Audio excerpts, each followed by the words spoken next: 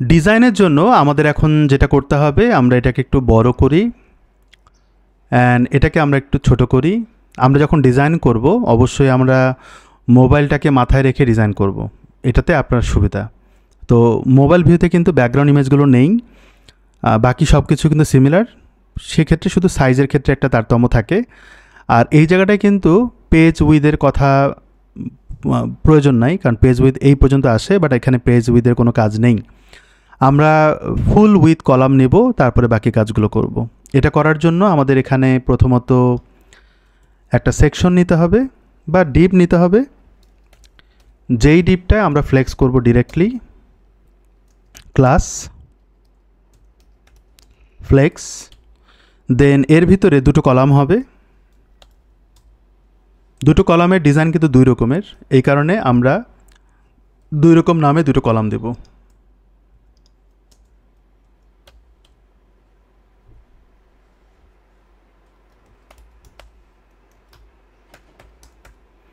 তো এটা অ্যাকচুয়ালি করে রাখলাম, একটু চেঞ্জ করতে হবে।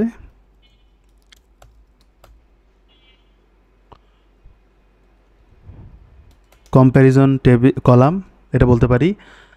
এটাকে আমরা কপি পেস্ট করি, তাহলে আমাদের জন্য সুবিধা হয়। এটা হচ্ছে সেকেন্ড, নামটা বড় হলেও যেন আমার কাজ হয় সুন্দর করে। তো আমরা এটা দিয়ে দিলাম।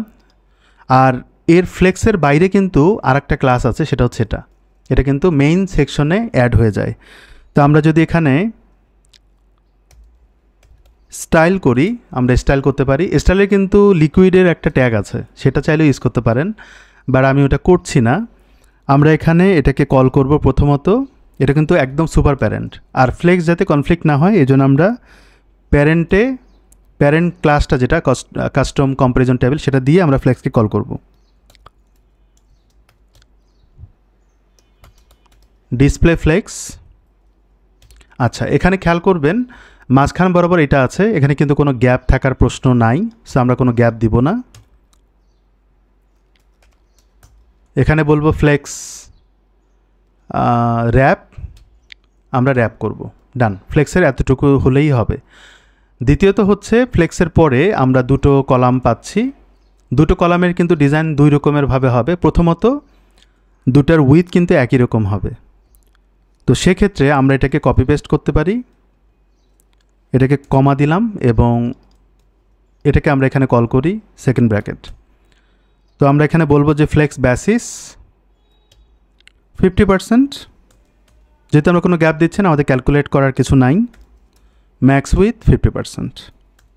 ডান, এই অংশটুকু হলো। এবার আলাদা আলাদাভাবে আবার ডিজাইনের কাজগুলো করতে হবে। তো আমি এটাকে কল করলাম সেকেন্ড ব্র্যাকেট। আলাদা আলাদাভাবে ডিজাইন বলতে ব্যাকগ্রাউন্ড কালার এবং ব্যাকগ্রাউন্ড ইমেজটা অ্যাড করতে হবে। আর এটার জন্য কিন্তু আলাদাভাবে একটা ডিপ অ্যাড করব, এবং ভিএস আছে আবার, সেটাও চিন্তা করতে হবে। ভিএসটাকে আমরা পজিশন অ্যাবসলিউট করে মাঝখানে বসাবো।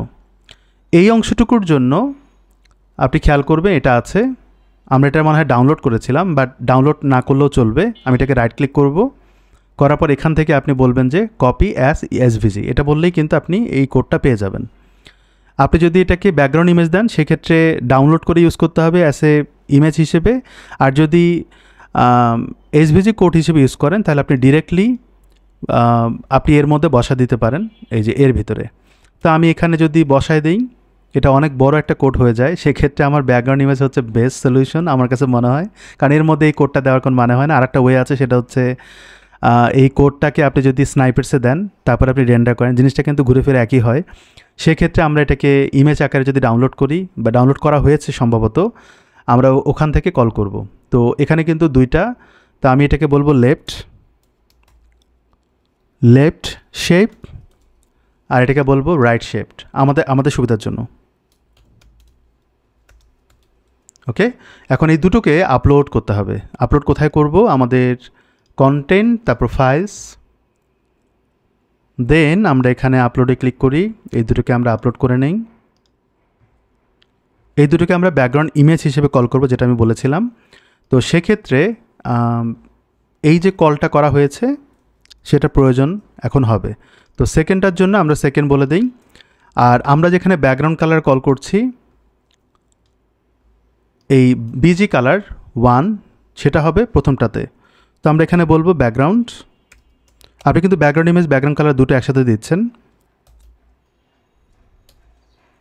আপনাকে এখানে যেটা করতে হবে, সেকশন, সেটিংস, ব্যাকগ্রাউন্ড কালার, এবং সেম জিনিসটাই কিন্তু আপনি এখানেও ইউজ করবেন। 2 আবার ব্যাকগ্রাউন্ড ইমেজও দেবেন।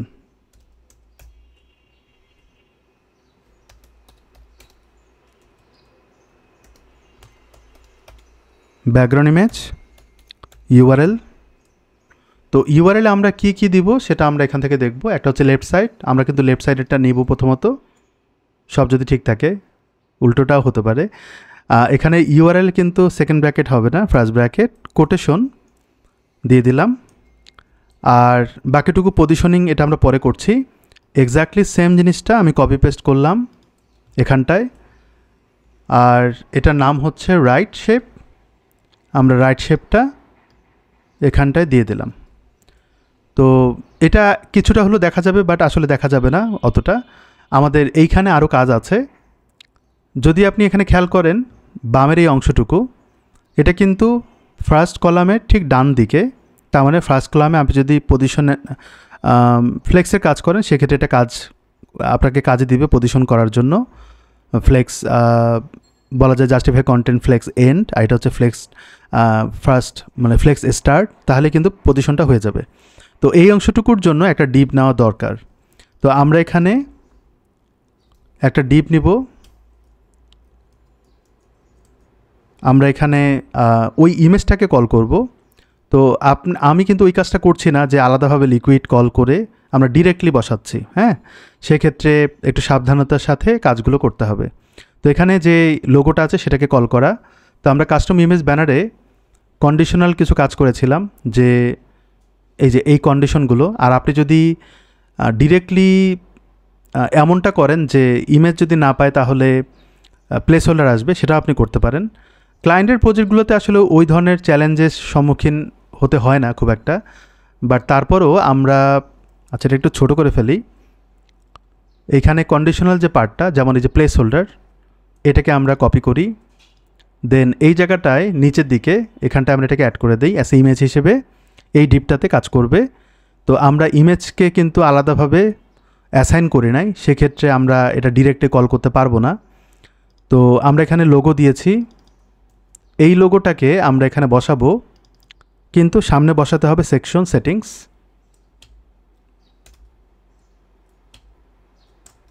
লোগো, এবং আমরা এই পুরোটাই কপি করে আমরা এখানে পেস্ট করে দিই। একটু স্পেস করে দিই যাতে দেখতে সুন্দর লাগে, আর এখানেও একটা স্পেস করে দিয়ে এটা অ্যাড করি। ডান, এটা মোটামুটি ডান। আর এখানে যেটা প্লেস হোল্ডার আছে সেটা থাকলো। এখানে কিন্তু অনেক বড় সাইজ দেওয়া হয়েছে, এত বড় সাইজ দরকার নাই। আর প্লেস হোল্ডারে কিন্তু সাইজিং করা যায়, সেটা না হয় করলাম না, আমরা সিএসএস করেই করব, মানে বাই ডিফল্ট একটা সাইজ দেওয়া যায়। আর এই জায়গাটায় কিন্তু ক্লাস হবে যদি আপনি ক্লাস দেন ডিজাইনের জন্য। কিন্তু ক্লাসের ক্ষেত্রে একটা কি জিনিস খেয়াল করবেন, এখানে বামের যে ইন্টারফেসটা, ডানের যে ইন্টারফেসটা, দুটোর কিন্তু সিএসএস লুকটা একই রকম, বাট ভিতরে যে এইখানে ব্যাকগ্রাউন্ড কালার, এখানে যে আইকন আলাদা, এগুলোর মধ্যে একটা চেঞ্জেস থাকে। তো আমরা ওইটা মাথায় না রেখে আমরা একই রকম যদি দেই বেটার হয় আমার কাছে মনে হয়। তো আমি এখানে বলবো যে এই ওয়ার্ডটা ইউজ করব। এখানে আমি বলবো কম্প্যারিজন আইটেম, আমি নামকরণটা এইভাবে করি। তো এক্স্যাক্টলি সেম জিনিসটা আমরা ইউজ করব। তার আগে আমাদের এখানে আইটেমগুলোকে অ্যাড করতে হবে। এই জায়গাটা আমরা ইউএলএলআই ইউজ করতে পারি আমাদের আইটেমের জন্য, এবং আইটেমের ক্ষেত্রে আমাদের এই আইকনটা চেকটা রাখবে। তো চেক ইউজ করার আগে আমরা একটু উপরের দিকে যাই, আমরা কিন্তু কোথাও এরকম কিছু ইউজ করিনি। এবং এই চেকের জন্য সহজভাবে যদি করতে চাই, আমরা এই অংশটুকুকে ডাবল ক্লিক করলাম, এতটুকু এই গ্রুপটাতে যা আছে ব্যাকগ্রাউন্ড কালার এবং চেকের কালার সহ, আমরা এই অংশটুকু যদি এসভিজি ফরম্যাটে নেই, রাইট ক্লিক করলাম, কপি অ্যাজ এসভিজি, এবং এটাকে আমরা কোথায় দিব, কিভাবে দিব, আমরা আমাদের কোডে যাই এবং এখানে যাব, এটাকে ক্লোজ করি। স্নাইপেটসে আমরা একটা ফাইল তৈরি করব, আইকন,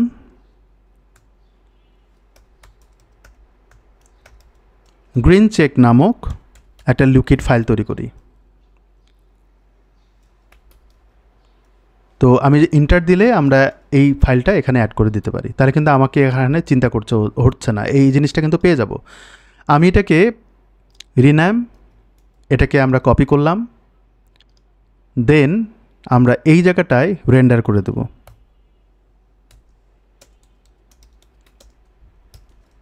ওকে, এখন এটা অলরেডি ডান, রেন্ডার করে দেয়া হলো। সম্ভবত এটার প্রয়োজন নাই, তো আমরা এটাকে দিয়ে দিলাম। এখন এইখানে কিন্তু আইটেমগুলো বসবে এবং আমরা জানি যে এখানে লুপ হবে, সেটা কিন্তু আমরা এখনও করিনি, আমরা করব।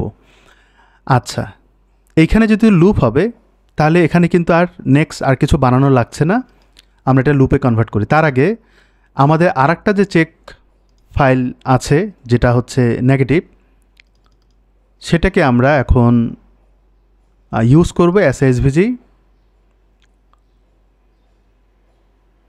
কপি অ্যাজ এসভিজি, এবং গ্রিন চেক বলেছিলাম, আমরা এটাকে কী বলবো, যেহেতু নেগেটিভ আমরা এটাকে পজিটিভ নেগেটিভ এরকম বলতে পারতাম, আমরা এখানে রেড আইকন বলতে পারি বা সামথিং এরকম একটা নাম বলতে পারি। আর এখানে কোনো নাম দিয়েছি কিনা সেটা যদি দেখি তাহলে হয়তো বেটার হয়। এখানে কোনো নাম দেয়নি, তাহলে আমরা এই জায়গাটায় যাওয়ার পর আমরা এখানটায় কাস্টম কম্প্যারিজন না, আমাদের স্নাইপেটসে যেতে হবে।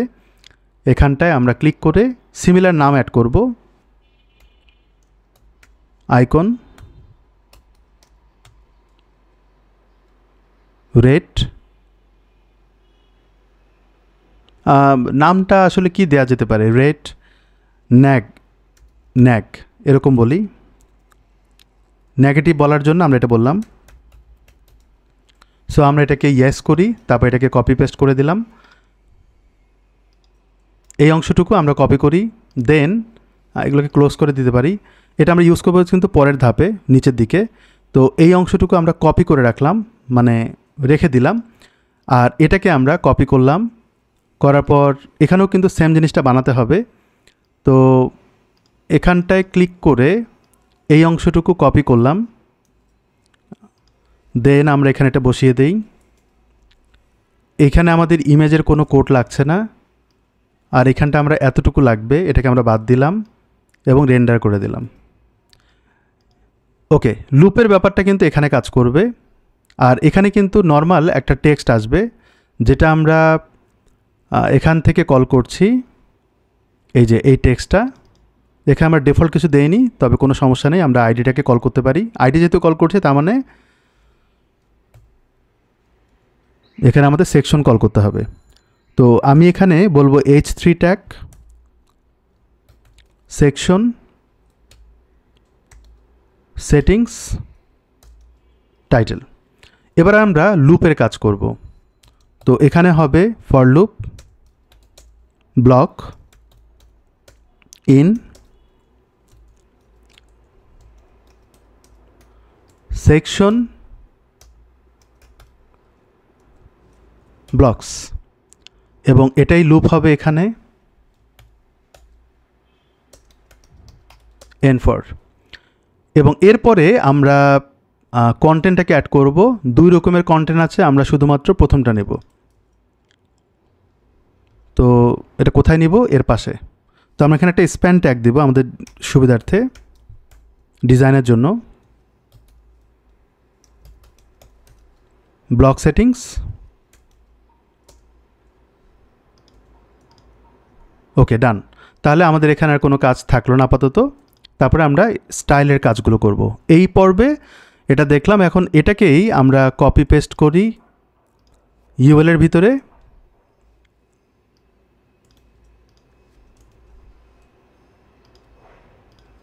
অ্যান্ড ব্লকসের এই পোর্শনটুকু আমরা কপি পেস্ট করব এখানটায়, এবং এই জায়গাটা হচ্ছে সেকেন্ড পার্টটা হবে। তো আমরা সেকেন্ড পার্ট কম্প্যারিজন পার্টটা আমরা এখানে অ্যাড করে দিলাম। তাহলে এটাও আমাদের হয়ে গেল। আই হোপ বুঝতে পেরেছেন। এখন আমরা এটাকে ডায়নামিক্যালি আউটপুট যদি দেখতে চাই, আমি যদি এটাকে রিলোড দেই বা আমি যদি এখানে রিলোড দেই, কিছুটা হলেও আমরা আউটপুটটা পাবো। জোস, তাই না? আমরা এখন এগুলো নিয়ে কাজ করব, আমরা এটাকে ঠিকঠাক করব। তো সেটা হচ্ছে ডিজাইনের পার্ট, এবং আমাদের কিন্তু ডেটা কোয়েরি পারফেক্টলি ডান হয়েছে, শুধুমাত্র ডিজাইনের কাজটা বাকি।